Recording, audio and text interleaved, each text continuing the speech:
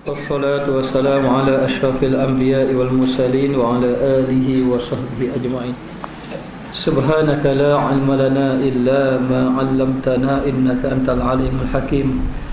Rabbi shrah li sadri wa yassir li amri wa hlul 'uqdatam min lisani yafqahu qawli. Jadi pada pagi ini kita sambung balik apa yang kita baca minggu lalu mengenai hati, dan kita sampai pada pasal asal yang kelima.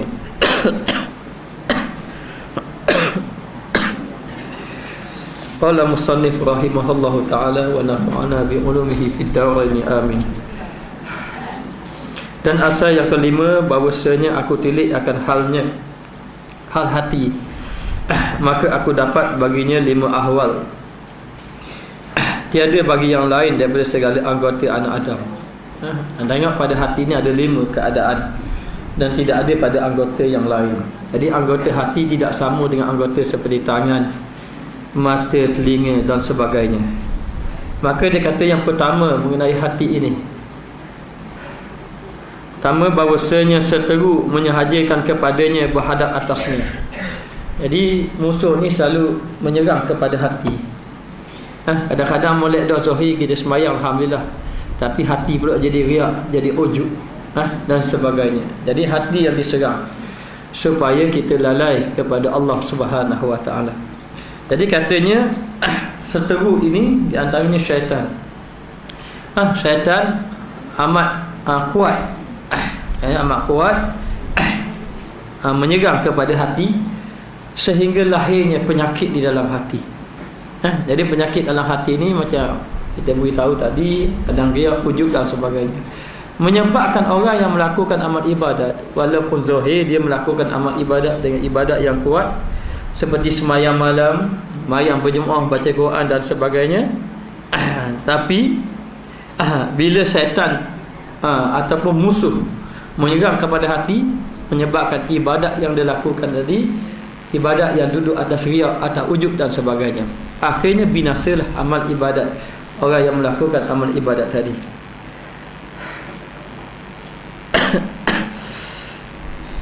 Maka dia kata kepadanya berhadap atasnya, melazimkan akan dia baginya.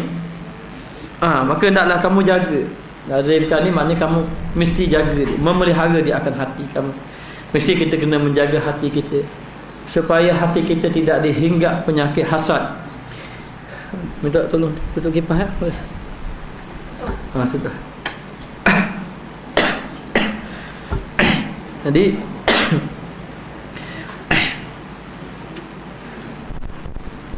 melazimkan akan dia baginya, hendaklah kamu menjaga hati supaya tidak terkena penyakit hati. Dan apabila seorang kena penyakit hati, menyebabkan rosak kepada amal ibadat yang telah ia lakukan, maka bahawasanya syaitan itu mengambil tempat atas hati anak Adam. Jadi syaitan ini akan duduk di tempat hati anak Adam. Jadi walaupun kita semayang, tapi hati kita tidak menghadap Allah, tapi kita mengikut syaitan, melalaikan kita dalam melakukan amal ibadat kepada Allah. Walaupun zahir kita mengangkat takbir, tetapi batin kita jauh daripada Allah Subhanahu Wa Taala. Inilah yang dikatakan terkena penyakit di dalam hati. Maka yang perlu dijaga hati, yang perlu dijaganya hati. Jadi bila kita menjaga hati, hati tadi tetap, supaya tetap kepada Allah Subhanahu Wa Taala, dan hendaklah kamu memelihara dan mengetahui bahawa syaitan itu sentiasa menyerang kepada hati ataupun selalu mengajak manusia melakukan kejahatan, sehingga kan di dalam hati manusia itu tidak ingat kepada Allah Subhanahu Wa Taala. Dan maka iaitu menurunkan ilham, dan di dalam hati inilah tempat datangnya ilham. Ilham. Jadi dan juga was-was. Sama ada ilham ataupun was-was.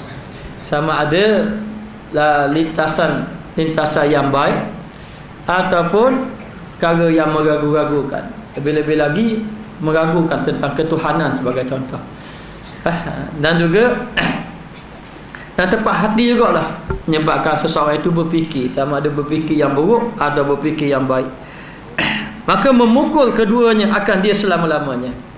Maka syaitan akan menyerang hati buat selama-lamanya, sehinggalah kepada kita mati. Kita mati. Jadi hari ini ramai yang menjaga zahir, menjaga zahir. Jadi yang menjaga zahir sembahyang kita, kita menjaga sembahyang betul-betul, daripada rokoknya dengan serta tamak ninahnya. Ibadat-ibadat zahir ini kita jaga betul-betul supaya ibadat yang kita lakukan ini diterima oleh Allah. Zahir kita jaga, tetapi ingat Nabi SAW bersabda, innallaha la yanzuru ila suwarikum. Allah Ta'ala tidak melihat kepada gambaran zahir kamu, wala ajsamikum, tubuh badan kamu pun Allah Ta'ala tak tengok. Walakin yanzuru ila qulubikum, akan tetapi Allah Ta'ala melihat kepada hati kamu. Jadi orang yang sembahyang, walau zahir dia ibadat, siang malam dia ibadat, tetapi hati dia lalai kepada Allah, ibadat ini tidak dipandang oleh Allah. Tidak dipandang oleh Allah. Sehingga kan disebut dalam hadis betapa ramai orang yang sembahyang tapi dia hanya dapat letih saja. Letih saja, semata-mata letih.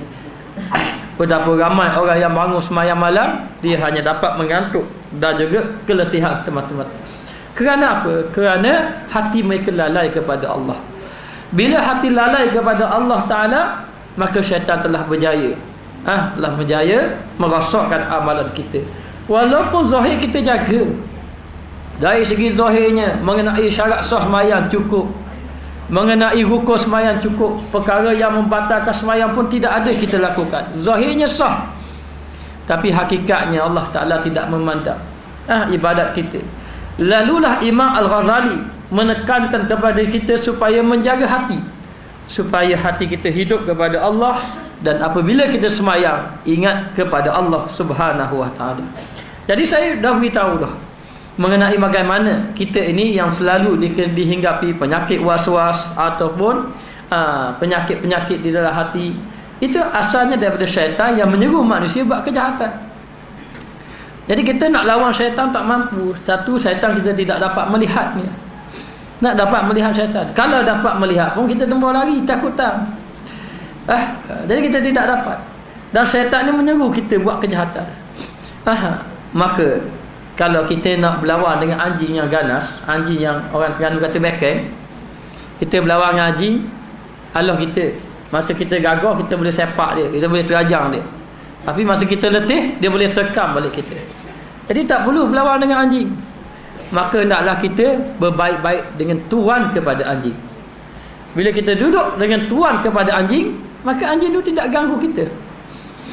Tidak ganggu kita. Apa kita nak berlawan dengan dia, letih kita. Tetapi begitu jugalah dengan syaitan. Maka kita kena duduk dengan Allah. Bila kita duduk dengan Allah, maka kita akan dijauhi daripada tipu daya syaitan, gangguan-gangguan syaitan. Jadi nak duduk dengan Allah ini dengan arti kata menghidupkan hati sentiasa ingat kepada Allah. Allazina yazkurunallaha qiyaman wa qu'udan wa 'ala junubihim. Mereka itu adalah orang yang sentiasa ingat Allah, ataupun orang yang sentiasa berzikir kepada Allah dalam keadaan duduk, berdiri, bangun, baring dan sebagainya. Hati mereka ingat Allah. Maka siapa yang ingat kepada Allah, fazkuruni azkurkum, siapa yang ingat kepada aku ingat pada dia. Bila Allah Ta'ala ingat pada kita, Allah Ta'ala tidak akan membiarkan kita. Tidak akan membiarkan kita. Maka tipu daya syaitan yang menyerang di dalam hati manusia, menyebabkan manusia tadi walaupun zahirnya melakukan amal ibadat, tapi hakikatnya tidak diterima oleh Allah, kerana hatinya lalai kepada Allah. Maka kamu perlu menjaga hati kamu. Bukan jaga hati tamburi berasa hati, bukan. Jaga hati ini supaya hati kita tidak lalai kepada Allah Subhanahu Wa Ta'ala. Maka dengan hati inilah mendatangkan ilham. Dengan hati juga. Dan daripada hati ini datangnya was-was, ragu-ragu dan sebagainya. Nabi SAW memberi saranan kepada kita. Dia kata seandainya ada lintasan, datang lintasan, kita melihat bukit, lalu ditanya siapa yang mencipta bukit. Siapa mencipta bukit? Lalu syaitan ajar Allah. Kita berkata Allah. Tengok gunung, dia tanya, dia ajar kita Allah. Tengok laut, Allah. Tengok matahari, Allah. Tengok bulan, Allah. Akhirnya syaitan mengatakan begini, kalau setiap yang wujud itu ada penciptanya, Allah belaka. Lalu syaitan bertanya, siapa menjadikan Allah? Ketika itu kamu katakan amantu billah, aku beriman dengan Allah. Ini was-was di dalam hati. Dan mungkin ada di kalangan kita, dia mari kadang-kadang ragu-ragu dengan ketuhanan. Kadang-kadang berasa Allah Ta'ala ni wujud ke tak saja, dia mari. Ini adalah syaitan yang menyerang di dalam hati-hati manusia. Minta rapat sikit, ada orang luar tak boleh masuk. Jadi dalam keadaan macam tu, maka dia kata syaitan inilah yang akan mengganggu dalam hati. Dan kita jangan kata selamat kita. Selama-lama syaitan akan mengganggu hati kita. Hati kita diganggu dengan was-was, dengan suhan perkara-perkara yang mungkar, maksiat dan sebagainya. Maka memukul keduanya akan dia keduanya menapa ni? Ilham dan was-was. Selama-lamanya akan dia oleh akan hati tadi, selama-lamanya dengan dua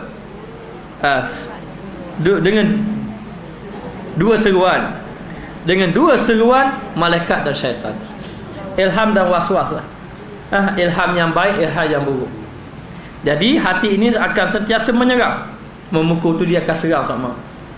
Dengan dua, ada ilham, ada baik. Sebab tu kadang-kadang kita berlaku juga.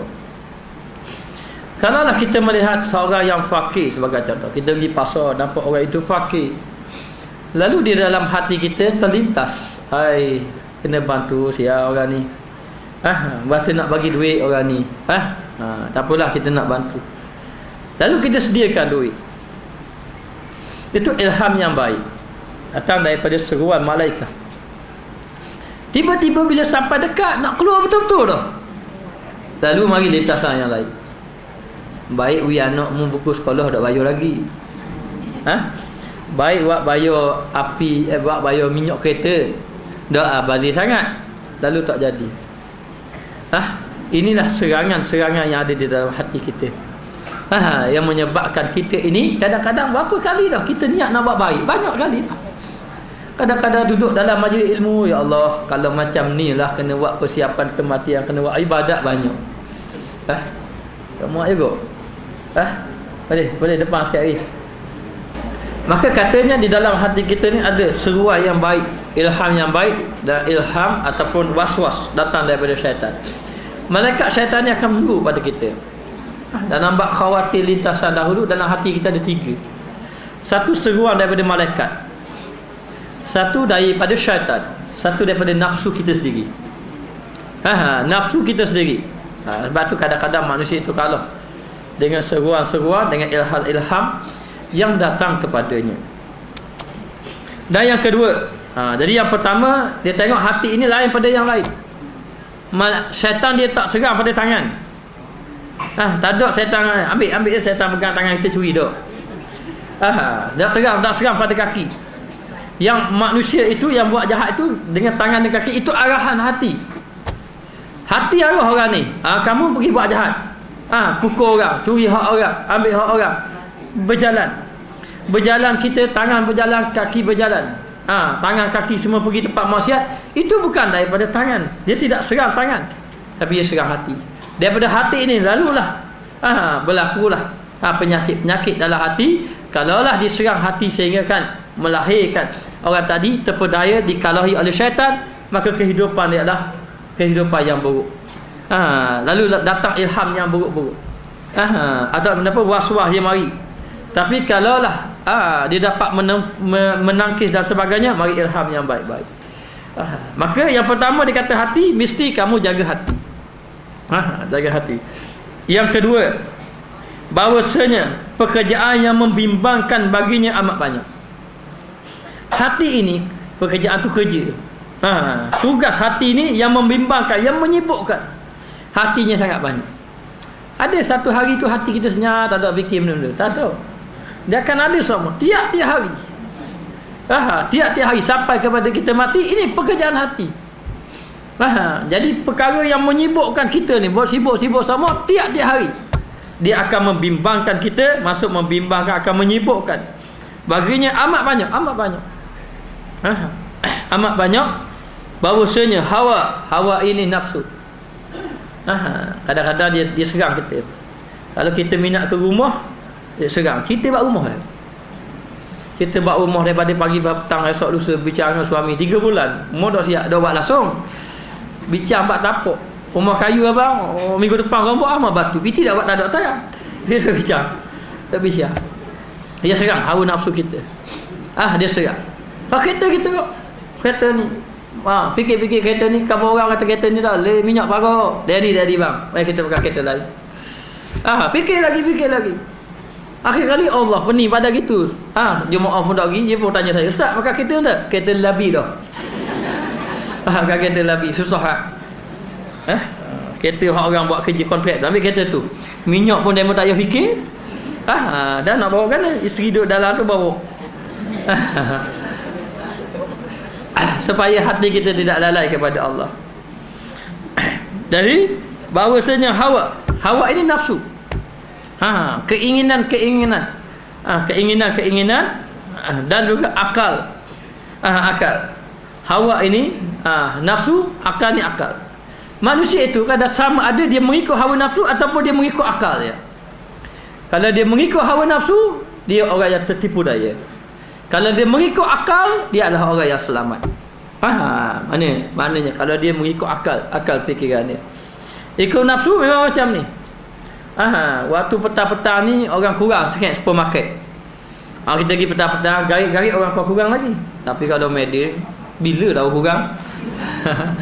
Penuh semua. Jadi dia fikir itu nafsu.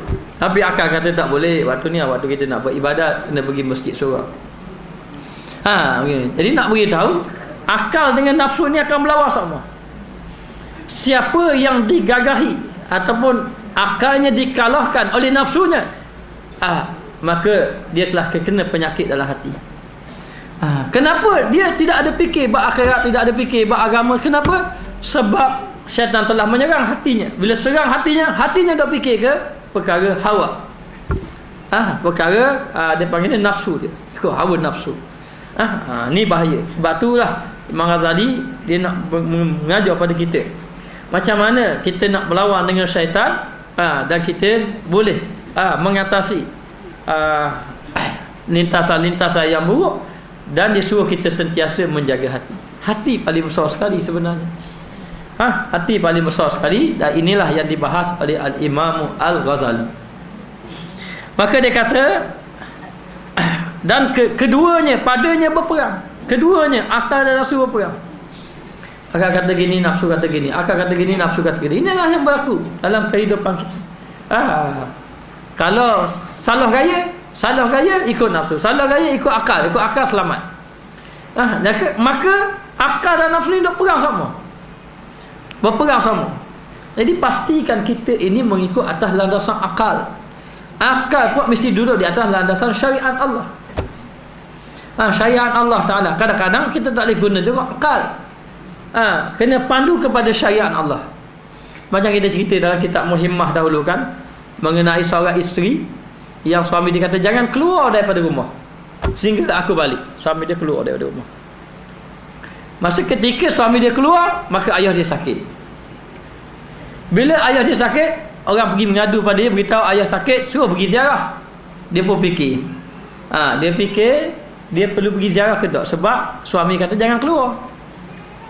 Maka dia tidak keluar. Lalu orang mari beritahu, ayah kamu ni ternak dah, sakit berat dah, pergi. Tapi dia fikir kena taat kepada suami. Maka dia tidak keluar juga, sehinggalah ayah dia meninggal. Maka orang beritahu, ayah kamu meninggal lah, pergi lah tengok ziarah. Dia tak keluar juga. Sebab apa? Sebab suami kata jangan keluar daripada rumah, sehinggalah dia balik. Kemudian pergi kebumian dah, dia pun tak pergi, tak tahu kubur ayah dia kat mana. Kalau kita ikut akal kita, anak apa gitu. Anak apa? Ayah sakit tak pergi, ayah mati pun tak pergi. Dan kubur pun tak pergi. Ini akal kita. Akal kita. Tapi syariat kata apa? Selepas daripada semua suami dia balik, dia pergi jumpa Nabi. Dia cerita mengenai masalah dia, keadaan dia, macam mana kedudukan dia dengan ayah dia. Kalau dia keluar, dia dahaka pada suami. Dahaka pada suami. Tapi kalau dia tidak keluar, dia bimbang, dia dahaka pada ayah dia. Jangan kita putuskan. Tidak semestinya kita tak ada suami, ayah tak ada apa-apa, jangan. Ayah kita tetap ayah kita. Seburuk macam mana pun ayah kita. Sebaik macam mana pun ayah kita. Itu keadaan Islam. Jadi dalam keadaan macam tu, dia mengadu pada Nabi. Nabi mengatakan, ayah kamu si mati itu mendapat pahala disebabkan kamu taat kepada suami kamu. Tapi kalau kita kira akal, berdoa sangat anak muda tu, ayah sakit pada kita tengok, itu akal kita. Maka akal ini biar mengikut syariat. Kalau syariat tu betul, maka ikut. Kalau bercanggah dengan syariat, maka jangan mengikutinya. Maka padanya berperang. Dan dia berperang. Perang macam mana? Berlawan. Mari akal, mari nafsu, mari akal, mari nafsu. Begitulah keadaan kita hari-hari. Nak mari kuliah apa berperang? Nak pergi ke Tambuh, nak pergi ke Tambuh. Nak mari ke betul berperang. Nak pergi ke Tambuh. Masa Tambuh pergi apa? Kes parking payah. Itu saja. Maka dia kata bagi dua askar. Dua askar, dan keduanya ada dua askar. Masing-masing ada dua askar. Akal ada dua tenteranya, nafsu pun ada dua tenteranya, iaitu hawa dan tenteranya. Nafsu dan juga tentera-tentera dia. Nafsu satu, daripada syaitan. Lepas tu adalah benda-benda lain, keinginan dia gunakan. Dia gunakan tentera dia. Orang ni berahi apa? Orang ni berahi kereta dia tekan ke bak kereta. Orang ni berahi rumah, dia tekan ke bak rumah. Kau pandailah apa yang dia berahi ikut hawa nafsu. Syaitan tahu apa yang kita tahu, apa yang kita nak. Sebab tu dia tak goda kita benda yang kita tak berahi. Kalau katakan saya ini, satu Tuhan bagi saya benda-benda macam ngai tu saya tak minat. Daripada kecil saya tak minat. Takat ni tak ada lagi saya kata pergi ngai kali. Pasal saya tak ada. Orang kabur ajuk itu nambah lalu. Tapi kadang-kadang tengok apa yang kita minat. Kita minat tu lah dia tu. Dan dia menggunakan tentera-tentera dia. Syaitan sedaya upaya. Semakin tinggi iman, semakin banyak godaan. Dan semakin kamu kena kuat iman, dan kena kuat menjaga hati kamu. Itulah yang pentingnya. Kadang-kadang kita diuji oleh Allah Ta'ala dengan pelbagai-bagai ujian, kita kalah. Bukan dia serang atas penyakit tu, dia serang atas hati kita. Apalah Allah Ta'ala biar aku sakit sama orang lain tak sakit. Dia serang hati kita. Melahirkan dalam hati tidak bersyukur kepada Allah, buruk sangka kepada Allah. Kenapa berlaku macam tu? Ini serang. Kalau Allah Ta'ala beri sakit, dengan sakit tu lah dia jadi merungut pada Allah, buruk sangka pada Allah. Rosak amalan kita. Sebab tu dalam bab semayang, bagi semayang dia tak kacau. Tapi dalam bab khusyuk, syaitan akan ganggu, jangan khusyuk. Sehingga kan ada seorang itu, dia pergi semayang, pergi awal-awal nak pergi semayang jemaah. Lalu dia pun rebah, jatuh, kotor pakaian dia. Dia pun balik cepat-cepat. Bila balik cepat-cepat, tukar pakaian lain, pergi pula kali kedua untuk semayang berjemaah. Lalu jatuh yang kedua, kotor lagi pakaian dia. Dia pun balik, dia tukar lagi pakaian lain, dan dia pergi kali yang ketiga. Kali ketiga dia pun jatuh, tiba-tiba ada seorang orang tua sambut dia, jangan pergi jatuh. Sambut dia, kemudian bawa dia pergi ke masjid. Benarkan dia pergi ke masjid. Sambut oleh orang tua, dia tanya, "Pocik ni siapa?" Kata pocik yang tolong dia, "Aku adalah syaitan." Syaitan ke iblis gitu lah, anak beranak dia kau. Dia kata, iblis ke syaitan? Dia pun pelik. Kan biasanya syaitan menyuruh kita buat jahat, tapi dia menolong kita buat baik. Kalau jatuh mungkin tak sempat main jemaah ke apa-apa, tapi dia tahan supaya orang ini boleh pergi ke masjid sembahyang berjemaah. Lalu dia tanya, boleh ke syaitan, dia tanya orang tua tadi. Lalu dia mengatakan bahawa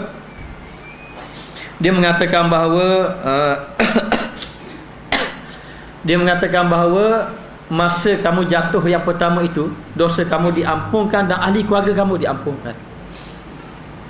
Masa kamu jatuh yang pertama. Jadi jatuh yang pertama, dosa kamu dan ahli keluarga kamu diampunkan. Bila jatuh yang kedua, ahli jemaah yang semayang dekat masjid kamu diampunkan. Kalau jatuh yang ketiga, ahli keluarga, ahli kampung, penduduk kampung akan diampunkan. Jadi aku tidak mahu. Jadi penduduk kampung tadi kena diampunkan, maka dia pun selamatkan tu, supaya penduduk kampung tadi tidak diampunkan. Agak-agak gitu lah. Kalau boleh siapa kita tak lagi, orang kampung kita dapat pahala belaka. Kalau boleh begitu. Sebab tu kita mengajak masyarakat supaya mendoakan. Mendoakan. Kita kena doa lah. Orang buat jahat kita pun kita kena doa. Orang buat baik kita lebih-lebih lagi kita kena doa. Supaya kita ini mendapat pahala di sisi Allah. Dalam kitab Tanwirul Qulub dia kata, ibadat kita ni kalau nak serah pada Allah, berasa Allah tak layak. Tidak layak kita. Memang confirm tidak layak. Tak tahu. Saya kata saya, demo saya tak tahu. Mungkin hak depan saya ni banyak berzikir, sembahyang malam banyak. Saya banyak juga lalai pada Allah.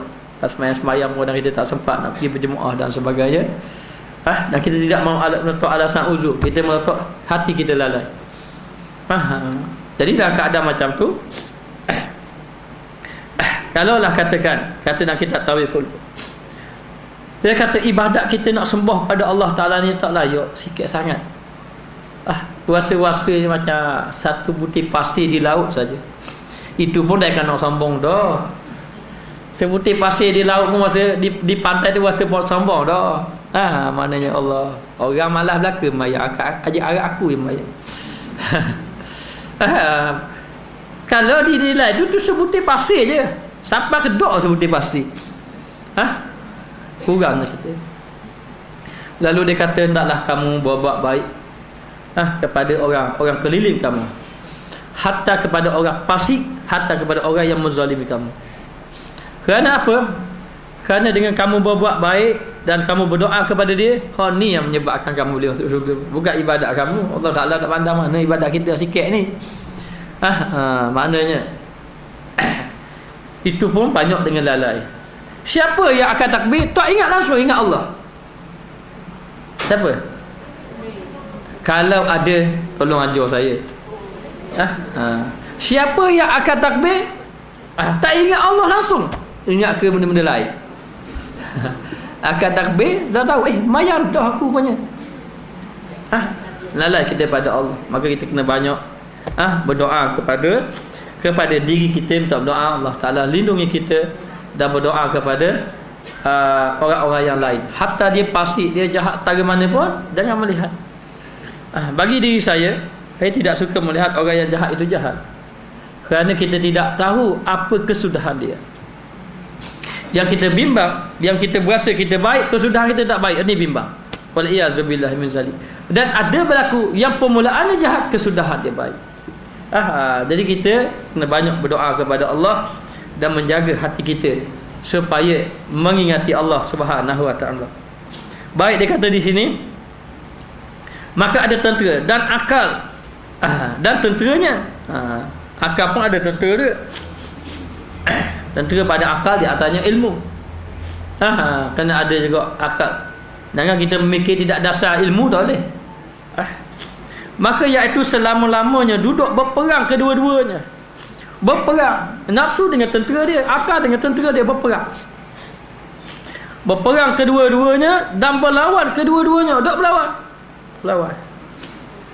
Berperang dan berlawan. Dan berlawan-lawan kotanya. Dan dikawali. Dia dikawali tu. Dan berlawan-lawan kotanya dan dikawali, seolah-olah seperti menjaga kota masing-masing, supaya nafsu kita ni duduk dalam syaitan tarik kita. Ni pun begitu juga. Dan ditegahkan dan jangan dilalaikan daripadanya. Maka kedua-dua gitulah. Dia tegah. Kalau kita nak buat baik, syaitan tegah supaya jangan buat baik. Kalau akal nak buat baik, syaitan lalaikan. Bila syaitan ini mengajak buat jahat, akal cuba masuk supaya jangan buat jahat. Itulah yang berlawan dalam hati kita. Inilah ilmu yang cukup penting. Saya duduk belajar kata apa. Hari-hari salah seorang guru saya kata, ilmu benda besar kali. Dia kata ilmu takut Tuhan lah. Ilmu takut Tuhan. Kalaulah orang yang duduk depan saya ini adalah muslimat yang menangis di malam hari sebagai contoh, ingat kepada Nabi, ingat kepada Allah Ta'ala, ingat pada Allah Ta'ala, malam-malam menangis. Tapi saya ini malam-malam tidur je sebenarnya. Tidur saja. Baca kitab tidur, baca kitab tidur. Tidur. Maka yang menangis di hadapan Allah Ta'ala itu lebih baik daripada orang yang ada ilmu, yang baca kitab banyak. Kerana dia telah mendapat ilmu yang bermanfaat. Ilmu apa? Ilmu yang seseorang itu takut kepada Allah. Ramai orang-orang awam takut pada Allah, dan ramai ulama tidak takut pada Allah. Dia takut walaupun ilmu dia banyak kepada Allah Subhanahu Wa Ta'ala. Macam-macam ilmu ada, tapi tak takut kepada Allah Ta'ala. Jadi tak dapat tidak, kita kena faham. Sentiasa berlawan. Yang syaitan ini dia akan sedaya upaya. Bukan main-main syaitan goda kita, bersungguh-sungguh. Kalau syaitan bersungguh-sungguh, sebab tu saya kata orang yang memakai jubah, serban dan sebagainya tak boleh kata baik lagi. Tapi kata baik atas doa ke dia, tak apalah. Maknanya kadang-kadang yang pakai jubah serban itu pun tidak baik lagi. Kadang-kadang ia jenis penyakit dalam hati, rasa ujub, rasa sombong, rasa takabur, rasa hebat dan sebagainya. Penyakit-penyakit yang ada di dalam hati. Jadi syaitan akan cuba goda kita bersungguh-sungguh. Kalaulah syaitan bersungguh-sungguh menggoda kita, takkan kita jaga hati lebih kurang? Takkan jaga hati lebih kurang? Ustaz tengok je saya tak pakai tudung, hati baik. Ingat ada orang kata macam tu. Ada orang kata macam tu. Kita tak semayang pun ustaz nak cari hal orang. Ramai mana orang semayang cari hal orang? Cara hamu tak semayang. Jadi nak beritahu, kalaulah setan ni bersungguh-sungguh nak goda kita biar kita lalai kepada Allah, maka kita kena bersungguh-sungguh menjaga hati kita. Wallazina jahadu fina lanahdiyannahum subulana. Dan orang yang bersungguh-sungguh, jahadan orang yang bersungguh-sungguh berjihad, berlawan hawa nafsu dia pada jalan kami, sungguh-sungguh nak lalu jalan kami, lanahdiyannahum subulana, kami akan tunjuk jalan hidayat kepada mereka. Kena sungguh-sungguh. Belajar kena bersungguh-sungguh, amalan kena bersungguh-sungguh, hati kena hidupkan bersungguh-sungguh. Ni kata guru saya lah. Saya ni orang ada bertanya, sikit-sikit guru dia. Kita tak ada ilmu, kita sandar guru orang ilmu orang lain. Kata guru saya, orang yang beribadat kalau tidak menangis dengan Allah, itu tidak bersungguh-sungguh. Bukan bersungguh-sungguh dengan ibadat yang banyak. Ibadat banyak, siang malam Allah. Berapa rakaat semayang tahajud? Tak banyak mana, 100 rakaat je. Itu pun masa tolak malah. Dah tolak malah berapa? 100. Tu hak malah tu belum rajin lagi. Adakah itu yang dikehendaki? Tidak. Bukan bersungguh-sungguh pada ibadat yang zahir. Ada seorang wanita di zaman Nabi. Dia ini dikenali dengan orang yang soleh, yang solehah lah. Orang yang baik, orang yang kuat amal ibadat. Lalu diperkatakan oleh orang ketika itu, sahabat-sahabat kata mengenai wanita yang soleh itu. Ada seorang wanita ini malam-malam berjaga malam. Menjaga malam. Ada orang dan wanita ini siang-siang berpuasa sunat dan tidak bergaul dengan orang, dan dia cakap biasanya dengan membaca Quran. Lalu dipuji oleh sahabat-sahabat Nabi yang lain. Bila dipuji, maka sahabat Nabi tanya mengenai kedudukan wanita ini, mengenai ibadat yang begitu hebat. Nak lawan kita rasa-rasa ada seorang. Kalau ada minta maaf lah, rasa-rasa. Rasa-rasa tak ada seorang. Malam berjaga malam, siang berpuasa sunat, dan masa dihabiskan dengan baca Quran. Kita ada gak jaga malam. Malam jaga malam, siang pergi Maidin. Habis masa gitu. Jadi dalam keadaan macam tu, orang apa katakan wanita ini? Maknanya apa? Maknanya dia ini bersungguh-sungguh dalam melakukan ibadat pada Allah. Lalu Nabi mengatakan wahia fil jannah. Wahia finnar. Dia adalah wanita yang menjadi ahli neraka. Dan siapa kita yang ibadat kurang? Sambung mula. Baik, kita tengok.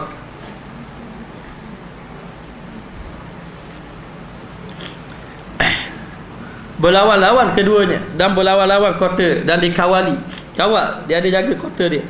Kalau boleh kebaikan tak masuk dalam hati tadi. Hang ni pun jaga, ni pun jaga. Dia jadi berebut kat muka pintu. Kebaikan nak masuk dia berlawan, tolak. Nafsu berlawan. Kebaikan. Nafsu nak masuk, kebaikan tolak dalam hati kita, tolak. Duk berlawan sama. Seolah-olah seperti kotak itu hati. Lalu dikawal. Yang kawalnya dua, nafsu dan juga akal. Itu yang kawal nafsu kita. Batu manusia ni sama ada dia ikut nafsu ataupun dia mengikut akal. Akal pula mesti kena ada dasar ilmu. Ilmu pula mesti dengan ilmu syariat, ilmu agama Allah. Bila ada ilmu agama Allah Ta'ala, maka akal yang memandu. Bukan tidak mahu, tapi haram hukum dia. Tapi haram. Bukan tidak mahu mengambil hak lain. Untung.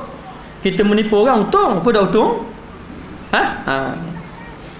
Kalau saya kata siapa nak cepat kaya, bagi saya 2,000 seorang, skim cepat kaya. Saya tengok saya pakai jubah berlapis. Contoh dia. Kata, orang lain tak apa, Ustaz Kamal saya percaya. Beri saja. Minggu depan tak mengajar. Mana Ustaz uzur? Uzur apa tu? Tak kholpo. Habis.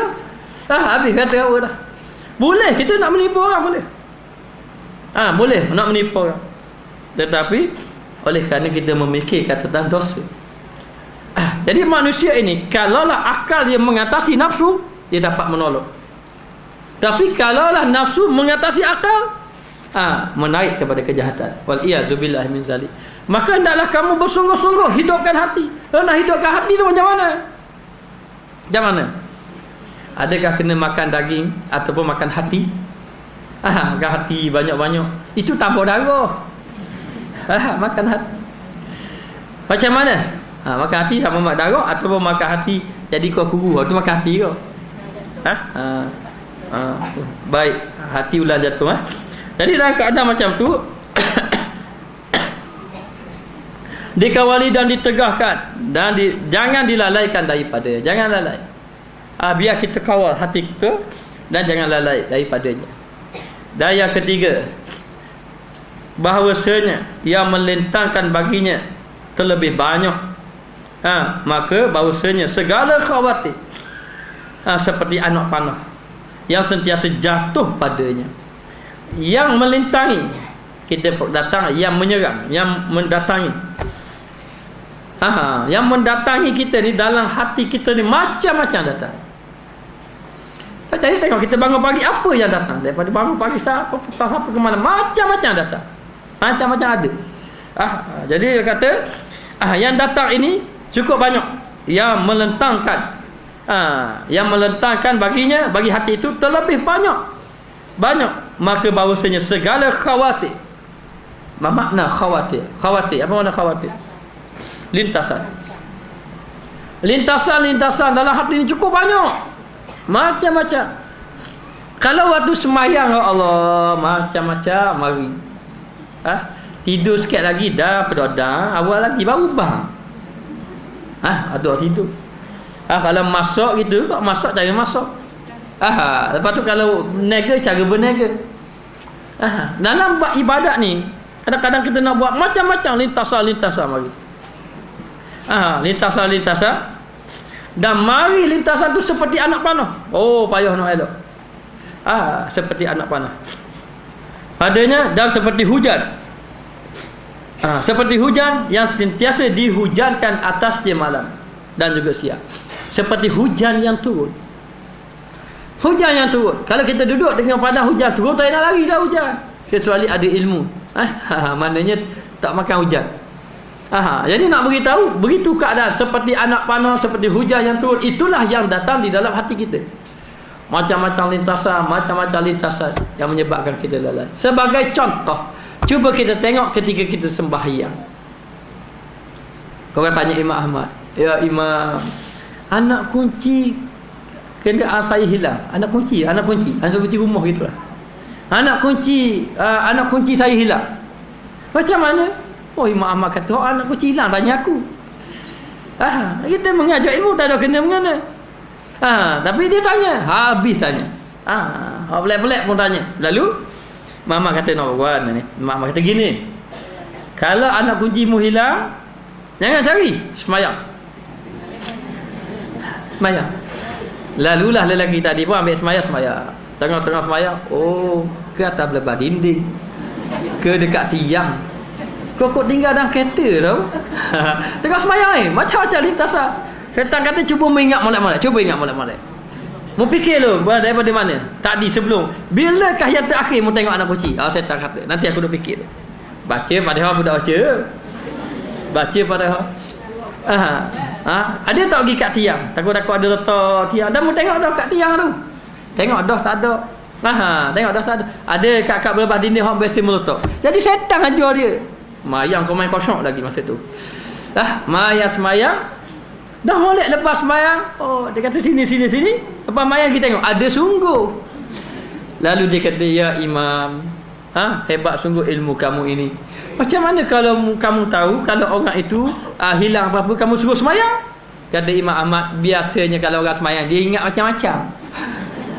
Bukan kerana sembahyang itu, tapi kerana Imam Ahmad tahu dah orang ni pasal semayang memang dia memang ingat macam-macam. Suruh dia semayang. Sebab itu kita ni kalau angkat takbir saja, ikut steering dia bawa. Bandar, kedah. Sebab apa? Sebab hati kita tidak hidup dengan Allah Subhanahu Wa Taala. Bila sebut hati kita tu termasuk kita, termasuk saya lah. Maka dia kata di sini, dan dihujankan atasnya malam dan siang, dan tiada engkau kuasa atas menegahkan akan dia. Tak mampu, boleh tahan hujan, tak mampu bila hujan turun. Itulah gambaran lintasan di dalam hati. Kalau kita sedar saja, macam-macam hari dengan kuliah, cara kuliah lambat habis. Mari duk baca juga kita dalam lambat habis. Ya akan mari, lintasan akan mari. Lintasan akan mari. Zahir tu gitu. Zahirnya tapi jadi kadang-kadang mari lintasan tu seperti air hujan yang tidak mampu kamu menegahkan akan dia. Tidak mampu lagi nak kawal, maka engkau tegahkan. Tiada kuasa engkau menegahkan dia, maka engkau tegahkan. Dan tiada pula ia menepati seperti mata yang antara dua kelopak mata. Jadi kamu kena tegah juga. Bukan suruh tegah air hujan. Air hujan memang tak boleh tegah. Hati nak tegah supaya mari lintasan-lintasan yang baik. Kemudian dia kata seperti dua kelopak mata. Dua kelopak mata ni kita selalu berkelip. Siapa boleh tahan mata dia tidak berkelip? Dia akan mari lama-lama dia kelip sekali. Lama-lama dia berkelip sekali. Jadi berkelip sekali itu tidak dapat ditahan. Kalau kita tahan sakit kita. Maknanya hanya dia kata kalau kelip-kelip jangan pejam terus. Dia kelip kejam. Lepas tu Allah Alam dia buka balik. Allah Alam buka balik, masa doa tu segera balik. Jadi nak beritahu kita tidak boleh tahan. Tidak boleh tahan dia. Kerana ada cuba tayang. Dua kelopak mata engkau pejamkan. Kamu tidak boleh tahan, maka dua kelopak mata engkau pejamkan. Dan engkau kesenangan atau ada engkau pada tempat yang sunyi ataupun malam yang kelam, maka engkau padakan melihat keduanya, atau seperti lidah yang iaitu di belakang dinding antara dua gigi dan dua bibir mulut, dan engkau kuasa atas menegahnya dia dan mendiamkan akan dia. Jadi kita kena latih supaya hati kita ingat kepada Allah Ta'ala. Jadi mata pun kadang kita pejam mata, tahan kelopak mata, jangan bergerak banyak-banyak. Jadi tengoklah masa bila kita nak pejam, masa tak payah pejam, jangan pejam. Jadi kita pun tahan, tahan dan kita teguh setakat mana yang kita boleh, sehinggalah kita peliharalah kita punya perjalanan nafsu kita ataupun hati kita hidup kepada Allah Subhanahu Wa Taala. Jadi memanglah nafsu ini tidak tercabut dalam hati kita. Walau dia soleh macam mana pun tidak tercabut. Kadang-kadang semakin tinggi iman, semakin kuat nafsu menggoda kita, syaitan menggoda kita, semakin kuat. Kerana ketinggian iman tadi mengikut banyaknya ujian daripada Allah. Kita kadang-kadang tambah ujian. Apalah saya sakit sama. Biar tak apa, asal kita menjadi orang yang sabar kepada Allah. Berapa masalah saya tidak selesai, memandang kepada kejadian Allah, memandang kepada perbuatan Allah. Asa antakrahu syai'an wa huwa khairul lakum. Boleh jadi benda tu kamu tak suka dengan ujian yang Allah Taala timpa, tapi ia itu baik bagi kamu. Iaitu merupakan kebaikan kepada kamu. Maka dia kata di sini, dan mendiamkan dia, dan kuasa engkau menegahkan, boleh tegah dan diamkan dia. Sebab tu kalau boleh orang yang hidup hati ini nak tahu tanda hidup hati orang itu, di antaranya dia banyak menangis. Wal yabku fal yadhaku qalilan wal yabku katsiran. Jadi dia banyak menangis dan dia kurang ketawa. Menangis tu menangis kerana ingat kepada Allah, takut kepada Allah, rasa hina di hadapan Allah Subhanahu Wa Taala. Bukan menangis kerana dunia, panangi. Kereta bocor je. Jadi jangan nangis kerana Allah Taala. Dia banyak menangis, ini di antara orang yang hidup hatinya. Beruntunglah kalau muslimat menangis. Jadi saya hanya mengharapkan siapa yang bangun malam menangis, tolong doakan kepada saya yang hati keras ini, payah nak menangis ini, doa kepada Allah biar kita pun nak juga rasa menangis malam-malam, guana keadaan. Itu satu. Dan orang yang banyak ketawa ini sebenarnya hati dia keras. Orang yang banyak ketawa, bukan kita tidak boleh ketawa, boleh, supaya hati kita ini ada ketenangan juga. Ada ketenangan juga, tetapi jangan melampaui batas. Satu hari Nabi sallallahu alaihi wasallam berjalan. Lalu Nabi tengok atas sahabat-sahabat Nabi bergembira, bersukaria. Bila bergembira, bersukaria, Nabi suruh dia mengingati sesuatu yang menghilangkan kelazatan. Yakni kematian. Banyakkan ingat kematian. Jadi ingat kematian ini menyebabkan seseorang itu secepat menangis kepada Allah Subhanahu Wa Taala. Jadi kenapa kita tak mari macam tu? Sebab kita tulul amal, nak kata, kerana cita-cita panjang. Cita-cita panjang. Saya pernah nasihat seorang tu, umur dia rasanya 60 tak 70. Dia jumpa saya, ustaz saya nak buat pinjaman bank hampir 100,000 lebih gitu. Saya pun tengok umur dia, Allah, berapa ratus tahun nak hidup. Saya tak berani. Main uzur-uzur umur dah berani buat pinjaman parut-parut. Jadi kata dia, perniagaan, nanti kalau kita sumbang pada madrasah, kita tolong orang pagi miskin, dia masa itu boleh bercakap. Boleh bercakap. Dan kita tidak mahu menggunakan agama itu untuk kepentingan peribadi. Cukup bahaya di sisi Allah Ta'ala. Jadi saya nasihat ke dia, jangan. Dia kata buat pinjaman Islam, bank Islam ke, cari Islam. Saya tidak bahas mengenai cari Islam. Saya tidak mahu membahasnya. Hanya anak murid saya, dia tahu kat bahaskan. Saya tidak kisah. Kalau memang nak buat dan tanya orang lain, ustaz kata boleh, itu kita terima kekilapan. Tetapi kita bimbang. Manusia kita nak berhadapan dengan Allah. Cukupkah dengan ibadat yang kita sudah ada hari ini? Sudah ada hari ini. Kata sahabat, orang-orang soleh, kalau dia tahu dia nak mati, ada di kalangan mereka menangis. Bukan menangis kerana tidak Allah, mereka kasih kepada Allah Ta'ala. Sehingga kan ditanya, ya imam, saya tengok satu imam tu dia menangis. Kenapa kamu menangis? Aku tidak menangis kerana takutkan kematian.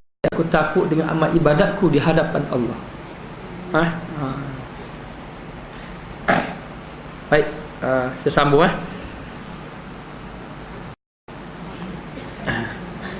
Maka dia kata di sini bibir itu kita boleh tahan dengan kita diam saja tengok. Jadi hati kita memang kita jangan tahan lintasan, tapi kita hanya maka dia kata di sini diamkan dia dan tetapi hati itu melintang bagi segala khawatir yang tiada kuasa engkau atas menegahnya. Walaupun kamu diam tapi hati tetap mari. Hanya bila hati mari itu jangan ikut yang boleh membawa kita kepada lalai kepada Allah dan memelihara dia dengan tiap-tiap kelakuan. Kamu boleh jaga hati kamu. Ada seorang mendapat ni, ada seorang nak buah saya, dia tanya, kenapa saya belajar lama dah, rapat-rapat sikit boleh tak?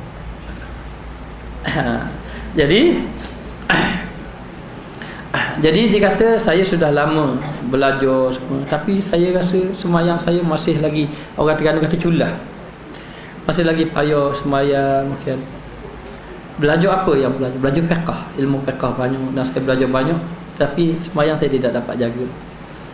Hanya kita dapat beritahu kepadanya bahawa yang kamu jaga itu adalah ibadat zahir. Kamu tidak berjumpa dengan ibadat yang batin. Jadi kalau kamu mendalami ibadat batin, insya-Allah akan kekal ibadat kamu istiqamah. Yang uzur itu berlainan sama sekali. Baik, kita tengok.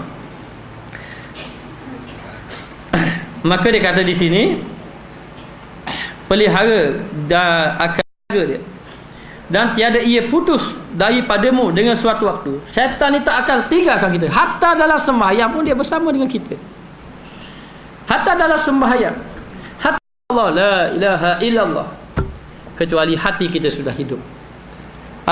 Bila hati sudah hidup, di dalam hati tidak boleh kumpul dua. Mana boleh kumpul dua? Tidak boleh. Siapa kata boleh kumpul dua? Kalau dia ada, contoh je ni, kalau dia ada isteri dua, dia dah kata dalam hati ni saya ada belaka dua-dua. Je. Kamu tidak akan mampu. Hanya ada je. Hanya waktu 60, waktu 40. Andainya ataupun waktu 65, waktu berapa? 60. Waktu 55, waktu 45. Gitu perkata-perkata. Hanya goleknya yang lama lah yang dilebih kasihi. Biasanya gitulah. Jadi ada tak dalam hati tu? Tak boleh. Sebab itu kalau orang sudah berzikir, dan zikirnya bukan sekadar di lidah. Zikirnya sudah masuk di dalam hati. Hatinya sudah berzikir. Hati berzikir. Hati berzikir. Mana pun kereta dah boleh masuk, rumah dah boleh masuk. Tapi kenapa bila kita sembahyang macam-macam hari? Kerana hati kita tidak berzikir ataupun kurang berzikir. Ataupun zikir itu sudah berzikir tetapi Allah Ta'ala tidak masuk di dalam hati. Tu orang tanya saya, khatibin nas ala qadri uqulihim. Seorang ustaz dia tegur saya, dia kata, ustaz, kita bercakap di kalangan manusia mengikut kadar ilmu mereka. Saya tak faham apa yang ustaz maksudkan itu. Dia kata kita bercakap ini biar nanti Allah Ta'ala di dalam roti, dia kata. Saya kata bila pulak, saya kata Allah Ta'ala dalam roti. Bukan Allah Ta'ala dalam roti, Allah Ta'ala dalam hati. Dalam hati. Takkanlah orang tidak faham Allah Ta'ala dalam hati. Allah Ta'ala dalam hati. Contohkan, kalau seorang lelaki itu dia ada ingat hati, zahir cakap dengan orang tapi hati ingat anu dah. Itu Allah Ta'ala apa duduk dalam hati. Bukan apa duduk dalam hati mati kawan tu duduk. Allah Ta'ala duduk dalam hati. Jadi bila kita sudah berzikir ingat kepada Allah. Ingat kepada Allah. Apabila ingat kepada Allah, tidak ada masuk yang lain. Kadang-kadang kita nak khusyuk macam-macam. Ingat makna. Ingat makna. Ihdinas siratal mustaqim. Tunjukkan kami jalan-jalan lurus. Syaitan tanya jalan mana? Jalan Tok Lang ada. Jalan Sultan Omar pun ada. Jalan Sultan Mahmud ada. Jalan mana agak orang? Kita pun cakap ada jalan Tok Lang ada berapa? Dia kata dah nak pergi mana? Nak pergi Medan. Pergi Medan kena jalan kat Bukit Suara, jalan lain. Maksud tu kita sebut ihdinas siratal mustaqim. Lepas tu tunjuklah jalan yang engkau tunjuk kepada orang yang kau beri nikmat. Dia kata ramai ada orang siapa ke Medan jalan ni. Tak boleh kita. Tak boleh. Yang khusyuknya bukan sini. Kalau lah mengetahui makna. Nascaya orang Arab itu khusyuklah sembahyang dia. Kita tanya, ya Allah, berapa mu aku orang Melayu? Jadikan kun Arabian, jadikan kami semua orang Arab. Kami nak khusyuk semayang je, tapi duduk di tanah Melayu lah. Tapi kita nak khusyuk semayang. Yang hidup khusyuk hati itu adalah hidup khusyuk semayang kerana menjaga hati. Sudah khusyuk kepada Allah Ta'ala, lalu menghasilkan hati yang ingat kepada Allah. Bila hati sudah ingat kepada Allah, tiada lain, hanya padamu sahaja ya Allah, tak ada lain. Masuklah benda-benda lain. Inilah perjalanan yang dibahas oleh Al-Imam Ghazali dalam jalan ibadat. Sehingga kan kata guru saya, sesiapa yang tidak menemui jalan ibadat melalui jalan yang ditunjuk oleh Imam Ghazali, maka amat suka dia untuk sampai kepada Allah. Kita tak kata tak sapa, tapi amat suka. Jadi kalau nak jalan ke Lumpur, ikut pergi patah tu, ada lebuh raya. Lalu ikut lebuh raya yang telah dibuat oleh Syarikat Plus, yang telah dibuat oleh Imam Ghazali, itu Kuala Lumpur. Tapi kita saja mandel lebuh raya, kita main jalan lama. Orang lain sapan Najang ke Lumpur, orang lain sapan Najang ke Lumpur, kita 14 jam bawa sapa. Itu pun kalau sapa, ada siapa tak sapa. Maka kena lalu jalan. Jadi Imam Ghazali kata hidupkan hati. Hanya saya tidak ada kemampuan. Hanya bagi saya, apa yang saya cakap ni, saya nak hidupkan hati saya saja. Kalau Allah Ta'ala memberi kekuatan hati saya hidup, kita akan cuba membawa orang lain supaya sama-sama hati hidup kepada Allah. Jadi semalam saya cakap kepada dia, jangan mencari saya hanya menunjuk jalan saja. Cara nak beribadat, cara nak jalan tu, boleh belajar dengan ustaz-ustaz yang lain. Sebab kita pun bukanlah nak memimpin orang ni cukup susah. Cukup susah, bimbang. Tapi kalau dia nak juga ambil jadual, itu terpulang pada dia lah. Terpulang kepada dia. Jadi jalan Imam Ghazali ni lah jalan supaya kita hidup hati kepada Allah. Maka disuruh kita menjaga sungguh-sungguh hati. Masalahnya nak jaga tu macam mana? Nak jaga tu macam mana? Baik, kita tengok, sambung lagi.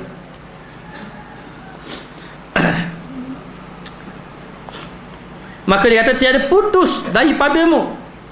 Putus apa? Tiada putus lintasan di dalam hati. Dah putus. Jangan kata saya alhamdulillah dah tinggi dah ilmu saya, khusyuk saya tinggi. Kalau saya kena apa-apa, tolong cabut ketika saya sembahyang. Dah tinggi dah. Kalau saya apa-apa ke, kalau doktor nak bedah saya, bedah di rumah je. Masa saya mayang belah otak saya. Sebab hati saya sudah ingat Allah dah.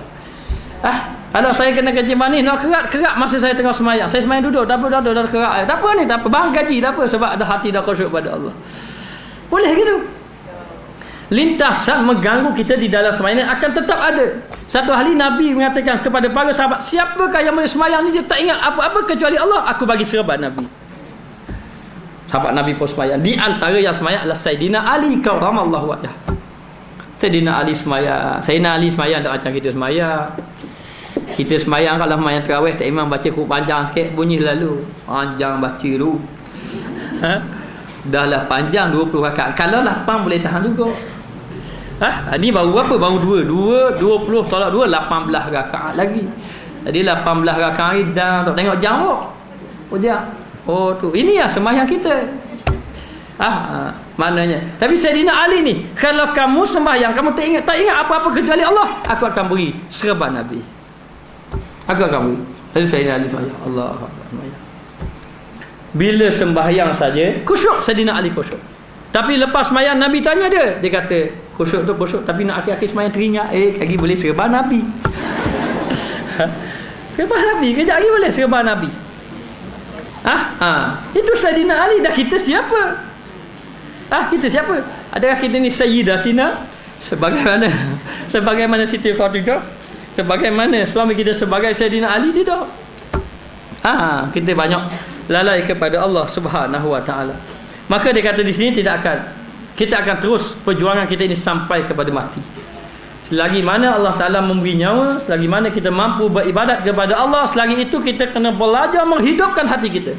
Hatta 10 tahun, 20 tahun, 30 tahun jalan menghidupkan hati. Tapi jalan menghidupkan hati biar temu jalan. Kalau demo tak temu jalan, kita kata Kuala Lumpur jalan ke sana, tapi demo bersungguh-sungguh jalan ke sana. Mana masuk Thailand ni? Lagi Kuala Lumpur. Tak jumpa.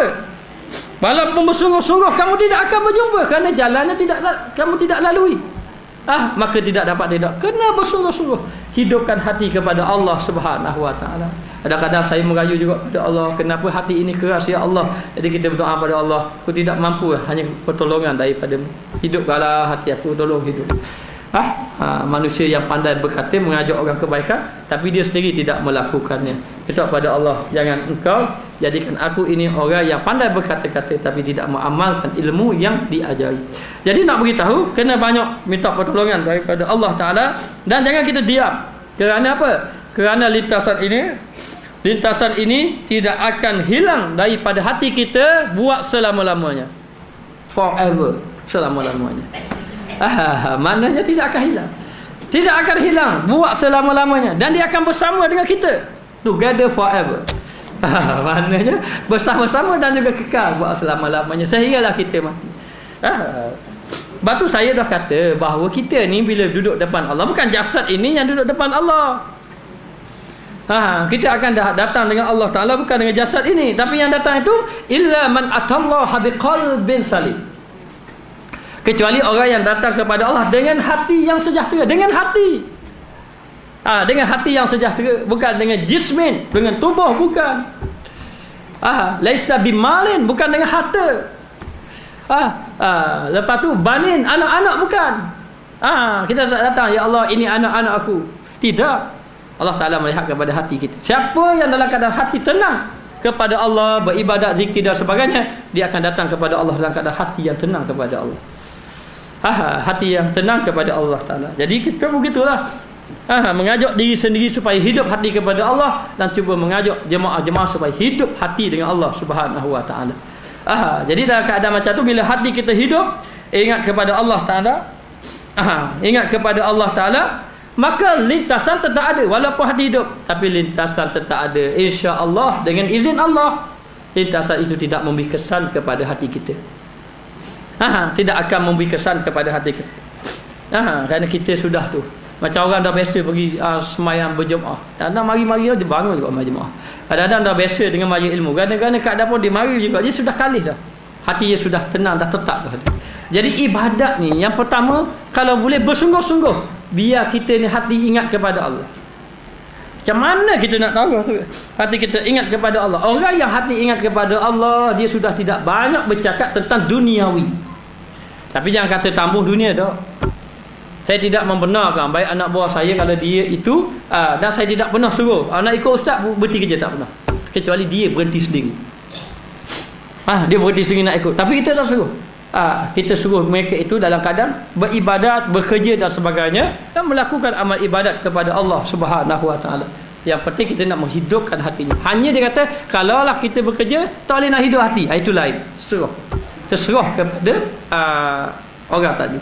Jadi yang paling penting, kita bila kita dapat hidupkan hati kita kepada Allah Ta'ala, maka rintangan-rintangan yang datang, insya-Allah kita dapat mengatasinya. Hatta tipu daya yang halus-halus. Jadi tipu daya yang halus-halus ini kadang-kadang guru-guru yang hati dia hidup pada Allah, dia tahu. Dia tahu hati guru ni hidup hati dengan mana Allah, dia dapat tahu. Sebab guru yang hati dia hidup kepada Allah, hati dia percaya, dia suluh, oh gelap orang ni, dia boleh tahu. Boleh tahu. Sebab itu katanya dalam kitab Haqaiq Tasawuf, dia kata macam mana kita nak tahu mengenai guru yang hidup hatinya, maka melihat kepada anak muridnya. Jangan melihat pada dia. Lihat pada dia boleh kan, jubah sebab-sebab kebang so ni nak jalan pada orang. Tasbih sok-sok, boleh tunjuk. Ni betul guru bising dah, yang hidup hatinya kepada Allah. Sebab itu saya sangat-sangat menyuruh cari satu ilmu, satu pelajaran, satu guru yang boleh hidupkan hati kita kepada Allah. Kalau boleh kita belajar dengan tu sampai kita menangis depan Allah, itulah yang sebenarnya. Yang sebenarnya. Kita tidak nak jadi ulama, tak jadi ulama dah. Kita baca Minhajuddin pun menipal kita. Tak jadi ulama dah. Tapi nak jadi apa? Jadi orang yang takut kepada Allah.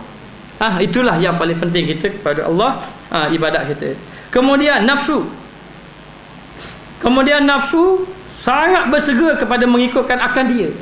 Nafsu ni kita memang cepat ikut. Cepat ikut. Sebab tu kita baru tengok. Kalau kita nak mengaji, Allah malahnya ngaji. Mari suat kabur sinar harian buka lalu. Tengok. Oh, ada gambar rupanya. Mengaji malas. Sebab apa jadi macam tu? Itulah nafsu. Kalau nak kata tidak ada masa, banyak masa perkara yang lain. Kenapa jadi macam tu? Itulah tarikan nafsu kita yang mengajak kita kepada kelalaian kepada Allah. Lalai kepada Allah. Dan nafsu ni dia tarik sama kita. Maka dia kata di sini, bersegera kepada mengikutkan akan dia supaya kita ni ikut pada nafsu dengan berperang kelakuan, perang kelakuan. Kita nak baik, nak buat baik. Kadang-kadang kita duduk dalam majlis ilmu, kita pun mari dalam hati, aku ni balik nanti kena baca Quran lah sikit. Nampak lalai sangat. Balik nanti kena zikir sangat, zikir. Katanya zikir boleh hidupkan hati. Nak berzikir lah. Nak berzikir. Tak zikir tak bagus. Kita suruh pegang sebeh, dia pegang remote TV3, TV9. Dia pekat, dia tekan aku. Jadi nak beritahu kenapa berlaku macam tu. Bukan di dalam hati kita tidak mahu melakukan amal ibadat. No. Dan saya yakin, baik diri saya, baik muslimat yang duduk depan saya ini, hati tu memang nak buat amal ibadat. Kalau tak ada tambah buat amal ibadat, percaya. Memang hati tu memang ada nak buat amal ibadat pada Allah. Kalau boleh nak betul-betul biar jadi ingat kepada Allah. Kalau boleh menangis, nak menangis juga kepada Allah. Tapi tak berjaya. Tak berjaya. Bukan tidak. Kadang-kadang kita hanya sekadar belajar saja, amalan tidak ada. Kadang-kadang kita beramal, ilmu pula tidak ada. Kadang-kadang kita cuba dah buat sedaya upaya, tidak berjaya juga. Tidak berjaya juga. Kenapa? Kerana kita dah kalah dengan nafsu. Dalam syaitan satu hal, nafsu yang benda hak kita berakhir sama dah. Benda hak kita berakhir sama dah, itulah yang bawa kita. Itulah yang bawa kepada kita. Kenapa yang kita berakhir? Kita berakhir buat kuih. Orang kena tipu di kuih je. Petang ni buat puding kali petang ni. Buat puding, dogi kuliah maghrib. Kenapa dogi? Puding tipu saya. Nak tipu di puding. Orang jaga lembu nak tipu ke lembu. Air lembu garik, dogi kuliah garik. Tahu orang ni duk jaga lembu. Dia kena tipu. Jangan kita terpedaya dengan perkara-perkara yang macam ni. Hasan Banna, anak dia sakit, dia pergi mengajar sehingga anak dia mati. Dia tak ada apa-apa. Isteri kata, mu ni tak ada perasaan ke? Dia tak ada perasaan ke? Dia kata, ibaratnya dia baca ayat, qul in kana aba'ukum wa abna'ukum wa ashiratukum wa amwalun tastawqumuha wa tijaratan lan tabu. Sesungguhnya anak-anak kamu, isteri kamu, ahli keluarga kamu, perniagaan kamu, kaum kerabat kamu, kalau itulah yang lebih kamu kasih daripada aku, daripada Allah Ta'ala, maknanya Allah Ta'ala kata jangan kamu melebihi orang ni semua, tapi melebihi Allah Ta'ala. Itu kita payah nak sampai tahap tu. Tapi orang yang hati hidup kepada Allah, dia memang bukan tak sayang anak isteri. Orang yang hidup kepada Allah zahir je macam tak sayang, tapi hati dia ingat Allah, ingat Allah, doa pada anak isterinya dan sebagainya. Dia tanya, mu ni tak rasa, tak ada perasaan ke? Anak mati relax je. Biasanya anak mati tak relax, yang isteri mati relax je suami. Dia kata apa dalam hati? Ada can. Maknanya tapi anak mati relax saja. Lalu bila relax, lalu ditanya dia, kata ini ibaratnya begini. Saya meminjam satu barang, tiba-tiba tu orang dia ambil isteri, takkan saya nak marah? Itu hak dia. Itu hak. Sebab tu kita kena ingat, kalaulah suami itu mencapai makrifat kepada Allah, kata guru saya, ku ampusakum wa ahlikum nar, jagalah diri kamu dan ahli keluarga kamu daripada azab api neraka. Lalu ulama mengatakan, ulama tasawuf, ulama fiqh, jagalah kamu dan ahli keluarga kamu, ajar mengaji, ajar bab semaya, ajar bab hukum hakam. Itu ulama fiqh. Ulama tasawuf mengatakan bahawa jagalah diri kamu supaya kamu mencapai makrifat kepada Allah, hati hidup kepada Allah. Nasai selamatlah anak isteri kamu. Nasai selamat anak isteri kamu.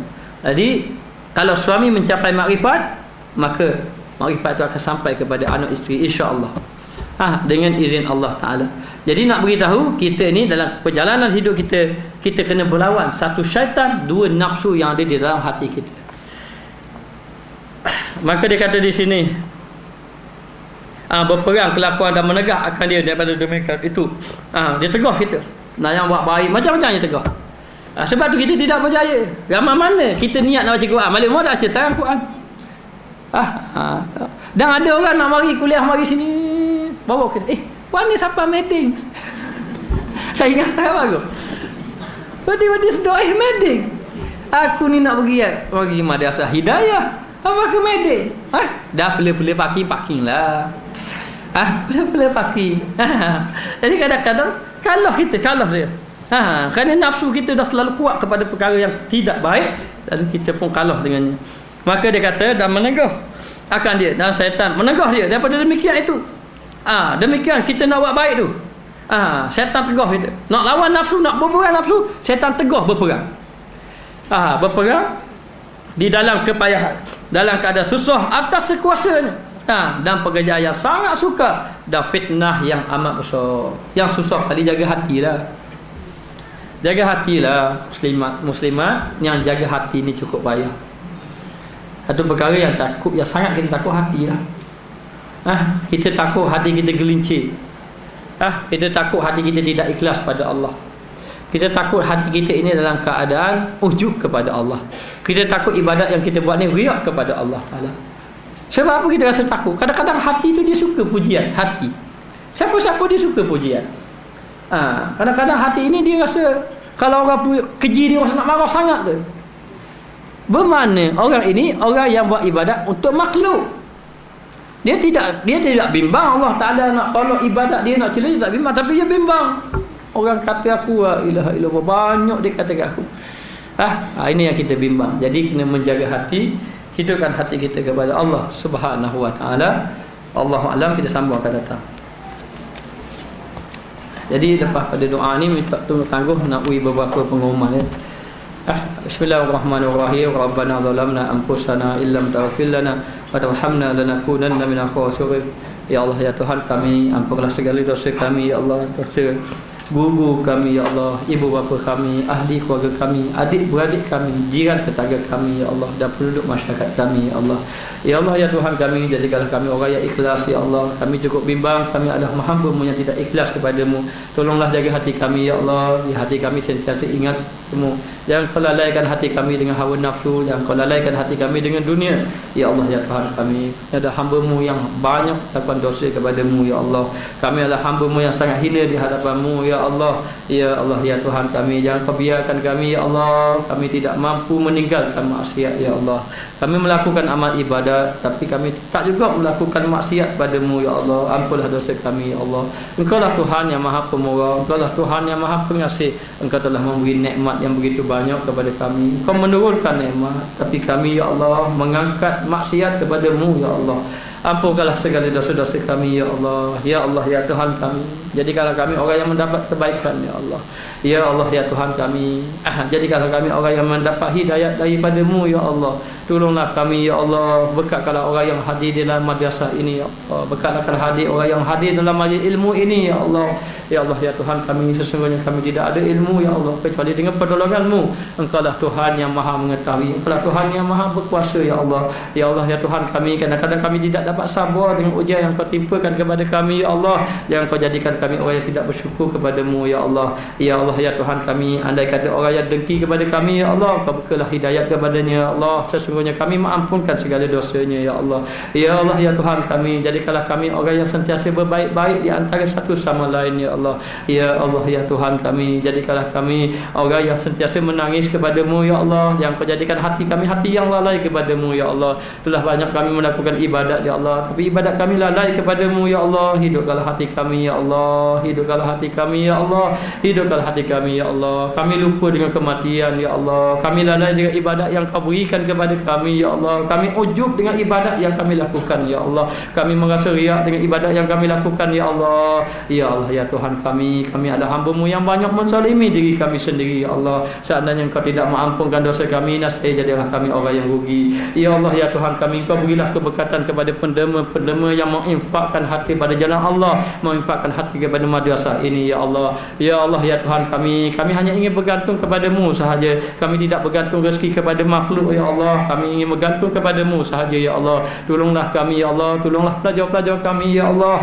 Berilah kewangan yang baik ya Allah, beri kewangan yang halal ya Allah untuk kami sama-sama menegakkan agamamu ya Allah. Ya Allah ya Tuhan kami, berkatkanlah pelajar-pelajar kami ya Allah, berkatkanlah orang yang mendengar kuliah kami ya Allah, berkatkanlah orang yang hadir dalam majlis ilmu ini ya Allah, dan juga majlis ilmu yang disampaikan di madrasah ini ya Allah. Ya Allah ya Tuhan kami, jadikan kami orang yang benar-benar takut kepadamu ya Allah. Jangan kau lalaikan hati kami ya Allah. Khusyukkanlah sembahyang kami ya Allah, khusyukkanlah sembahyang kami ya Allah. Khusyukkanlah sembahyang kami ya Allah. Ya Allah ya Tuhan kami, seandainya Engkau timpakan musibah kepada kami ya Allah, jadikanlah kami orang yang sabar di atas musibah yang Kau berikan kepada kami.